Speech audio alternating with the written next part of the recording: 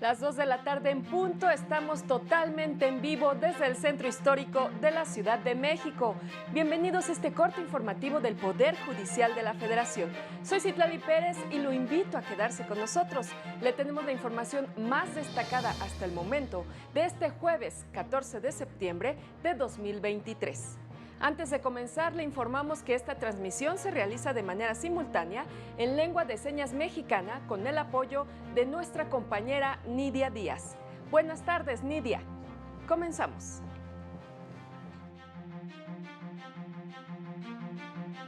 El Código Nacional de Procedimientos Penales discrimina y estigmatiza a personas con discapacidad, determinó la primera sala de la Corte. La violencia en contra de las mujeres se está llevando al ámbito virtual a través de la inteligencia artificial, denuncian especialistas. Las y los juzgadores están obligados a eliminar con sus sentencias las situaciones de discriminación y violencia en contra de las mujeres. Por ser contrarios a la Constitución, la Suprema Corte invalidó diversas porciones de los artículos 47, 48 y 145 del Código Civil del Estado de Veracruz, que aludían a la madre o al padre, mismos que si bien se referían a la manera de registrar a los hijos y no a la definición de matrimonio como tal, reafirmaban la exigencia de que este tipo de uniones debían celebrarse únicamente entre un hombre y una mujer, excluyendo a las parejas homosexuales. El Pleno también declaró inconstitucional la porción del artículo 687 que prohibía asentar en el acta el nombre del progenitor, ya fuera hombre o mujer, que en la época de la concepción o en el momento del nacimiento hubiera estado casada con otra persona, pues con base en el interés superior de la infancia resultaba violatorio del derecho a la identidad al privar al infante de su derecho al nombre, a la identidad biológica, los que derivan de la filiación y al derecho a la igualdad, al otorgar un trato desigual a la filiación matrimonial y extramatrimonial. Asimismo, precisó que las disposiciones que aluden a la relación de un hombre con una mujer, tanto en el matrimonio como en el concubinato, deben entenderse que involucran también a dos personas del mismo sexo. Y la primera sala de la Corte determinó que las porciones del artículo 226 del Código de Procedimientos Penales o que no tienen capacidad para comprender el significado del hecho y o de personas que no tengan la capacidad de entender el significado del hecho es inconstitucional y contrario al modelo social de discapacidad, ya que están redactadas con un lenguaje discriminatorio y estigmatizante, al negar el reconocimiento de la capacidad jurídica de las personas con discapacidad en igualdad de condiciones con las demás personas y porque genera la idea de que las personas con discapacidad no pueden gobernar, obligar o manifestar su voluntad de forma autónoma. Este tipo de normas reflejan que persiste la idea de que, por el solo hecho de tener una diversidad funcional, las personas con discapacidad no son capaces de comprender el delito del que fueron o son víctimas u ofendidos, y con ello ignoran la manifestación de su voluntad y restringen el ejercicio de su capacidad jurídica. Y la Suprema Corte explicó a través de redes sociales cómo se turnan los asuntos que llegan al máximo tribunal del país. La asignación de los asuntos a las y los ministros se realiza a través de la Subsecretaría General de Acuerdos. El orden de turno lo establece en la antigüedad de designación en el cargo de cada ministra o ministro, conforme llega cada tipo de asunto. En el caso de controversias constitucionales o acciones de inconstitucionalidad relacionadas con otras presentadas previamente, así como los recursos de reclamación que deriven de este tipo de asuntos, se turnan a la ministra o ministro que conozca del asunto original. Este mecanismo se desprende de diversos artículos del reglamento interior de la Suprema Corte. Y en más temas, si bien diversos sectores han destacado los aparentes beneficios de la inteligencia artificial, poco se habla de los riesgos y daños que genera su uso, sobre todo en personas con discapacidad y sectores vulnerables, aseguró la consultora internacional Wanda Muñoz. Durante un conversatorio organizado por la Corte, recordó varios usos que han puesto en riesgo datos personales de diversos sectores. Uno de ellos fue el uso de datos biométricos en materia de seguridad en Coahuila, mismos que posteriormente fueron robados y utilizados para extorsionar a diversas personas. Un riesgo más es el uso de imágenes de mujeres creadas con inteligencia artificial para producir videos pornográficos, situación que genera graves violaciones a derechos humanos. Que ya están siendo utilizadas para crear videos pornográficos a partir de fotos de cualquier mujer. Es decir, que la violencia que vivimos las mujeres de manera cotidiana en este país y en otros países se está llevando aún más al ámbito virtual a niveles más graves y a una escala exponencial. Destacó que la falta de regulación en el uso de esta herramienta ha propiciado que la explotación de datos personales de sectores vulnerables queden en manos de empresas transnacionales. Los daños al medio ambiente son irreversibles y caóticos, por lo que es indispensable generar medidas que ayuden a prevenirlos.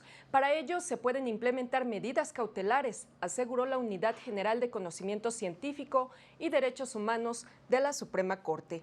Estas se refieren a decisiones preliminares dentro de un procedimiento que logren mantener viva la materia del juicio y con ello la efectividad de la sentencia que eventualmente se dicte.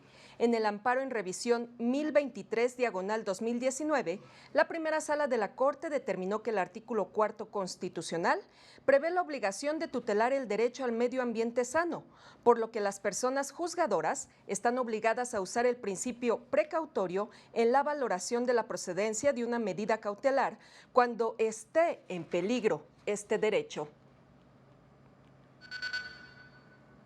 114 expertos y académicos en Derecho firmaron un desplegado que se publicó en un diario de circulación nacional en el que expresan su preocupación por los ataques sin fundamento del presidente de la República y legisladores a ministros y jueces por su labor jurisdiccional. Aseguran que hoy más que nunca el Estado mexicano necesita contar con un poder judicial fuerte y confiable, integrado por jueces conocedores e imparciales que den seguridad jurídica a la población. Además, reprobaron las propuestas de la mayoría parlamentaria para recortar el presupuesto del Poder Judicial, pues ellos señalan dejaría la función jurisdiccional en estado de vulnerabilidad. La magistrada María Emilia Molina de la Puente indicó que la igualdad de género es vital para construir una sociedad justa y que los asuntos se resuelvan desde un piso parejo. Indicó que es necesario realizar nuevas lecturas del derecho para derribar estereotipos y situaciones de subordinación que impiden a las mujeres acceder al sistema de justicia en condiciones de igualdad. Nos limita el pleno ejercicio de los derechos. En esa medida, uno de los principales retos que tenemos las personas juzgadoras es eliminar las situaciones de discriminación o violencia o los estereotipos o perpetuarlos a través de nuestras resoluciones. Si no podemos identificar cuáles son estos estereotipos y cuáles son los impactos diferenciados, difícilmente vamos a poder crear una nueva cultura a través de nuestras sentencias. Aseguró que es necesario seguir la indicación de la ministra presidenta Norma Lucía Piña en el sentido de escuchar a las víctimas, con el fin de construir mejores sentencias y erradicar con ello las situaciones de discriminación y violencia en su contra. Ver qué es lo que realmente se necesita, cuáles son los verdaderos motivos por los cuales se está alzando la voz y eso poderlo llevar a una sentencia y también a prácticas correctas dentro de la institución. Momento de una pausa, será muy breve, ya regresamos.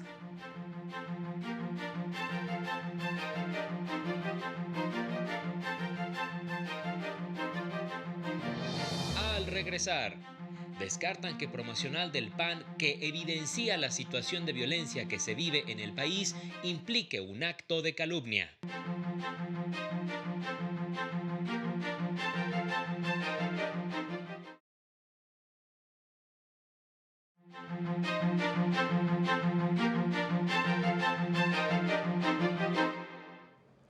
Dos de la tarde con 10 minutos. Gracias por continuar con nosotros. Le tenemos más información. La Sala Regional Especializada del Tribunal Electoral declaró la inexistencia de calumnia y transgresión al principio de laicidad por parte del Partido Acción Nacional por la difusión de un spot en medios de comunicación. Tras un análisis del contenido, se determinó que, contrario a lo que sostenía el partido Morena, el promocional no exhibe hechos o delitos falsos contra dicho partido, mientras que la aparición de imágenes de cruces no implica una postura religiosa, sino que hace referencia a las violaciones a derechos humanos que ocurren en el país. Como juzgadores tenemos que ser sensibles a las realidades de nuestro entorno y es evidente que este tipo de manifestaciones están presentes en la lucha constante que se da en los reclamos por parte de la sociedad de las desapariciones forzadas. Por su parte, la Sala Regional Toluca confirmó 2 sentencias del Tribunal Electoral de Michoacán con las que dio trámite a las quejas presentadas en contra del secretario de Finanzas y Administración del Estado por presunta promoción de imagen y actos anticipados de campaña. La y los magistrados señalaron que las impugnaciones son infundadas e inoperantes, pues se pedía revertir la decisión del tribunal, ya que se tomó durante una sesión virtual, lo cual no viola el principio de máxima publicidad ni la debida configuración de la resolución judicial. El tribunal responsable cuenta con facultades para regular la manera en que se celebren las sesiones públicas de resolución de los medios de impugnación locales. De ahí que tales sesiones pueden llevarse a cabo de forma presencial o bien a través de los mecanismos electrónicos.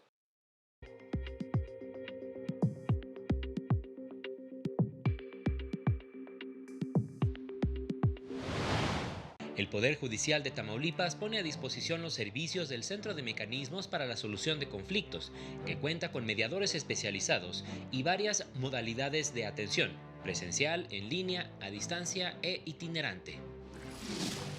Se firmó un convenio entre el Poder Judicial de Chiapas y el Instituto Nacional de las Personas Adultas Mayores para que éstas obtengan un descuento al tramitar diversos documentos, tales como la Carta de No Antecedentes Penales. Autoridades del gobierno capitalino negaron el aumento de 7.7% que pedían los trabajadores del Poder Judicial capitalino, por lo que se mantendrá el paro de labores en la sede judicial en espera de nuevas mesas de diálogo. La Comisión Académica del Poder Judicial de Baja California llevó a cabo una conferencia sobre la importancia de la prueba pericial en materia mercantil, dirigida al personal jurisdiccional y litigantes de la entidad.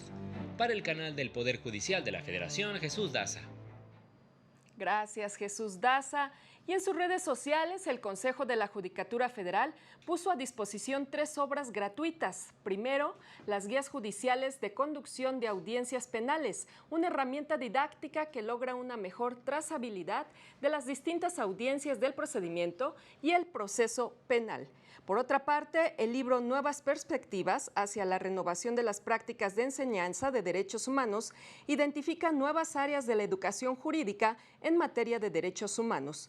Y finalmente, en Problemática Procesal del Juicio de Amparo, Justicia Pronta, se hace un análisis procesal del amparo desde la presentación de la demanda hasta el dictado de la sentencia definitiva. Y la Sala Superior del Tribunal Federal de Justicia Administrativa ordenó a la Secretaría del Bienestar que realice el pago del subsidio a una estancia infantil en Jalisco, retroactivo a los meses de enero y febrero de 2019. Lo anterior, luego de que la Delegación Estatal de Programas para el Desarrollo de la Secretaría negara a la guardería reincorporarse al modelo de estancias infantiles para el ejercicio fiscal 2019, pues ya había abrogado el programa del año anterior. El tribunal anuló esta determinación al señalar que las reglas de 2018 seguían vigentes hasta que se publicaran las de 2019, lo cual ocurrió hasta el mes de marzo, por lo que se debe cubrir el pago de los meses faltantes. La Corte Interamericana de Derechos Humanos informó que del 9 al 13 de octubre próximo celebrará su 162 periodo ordinario de sesiones en Colombia. Sostendrá audiencias públicas presenciales en las que analizará casos relacionados con posibles violaciones a derechos humanos que involucran a los estados de Chile, Guatemala y Brasil. Además, realizará audiencias privadas en las que supervisará el cumplimiento de sentencias que involucran a las autoridades de Colombia.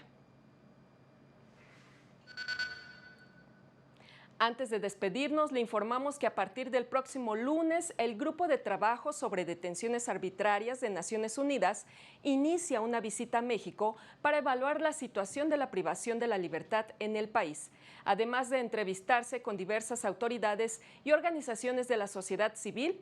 Visitará cárceles, comisarías, instituciones para menores, migrantes y personas con discapacidad psicosocial.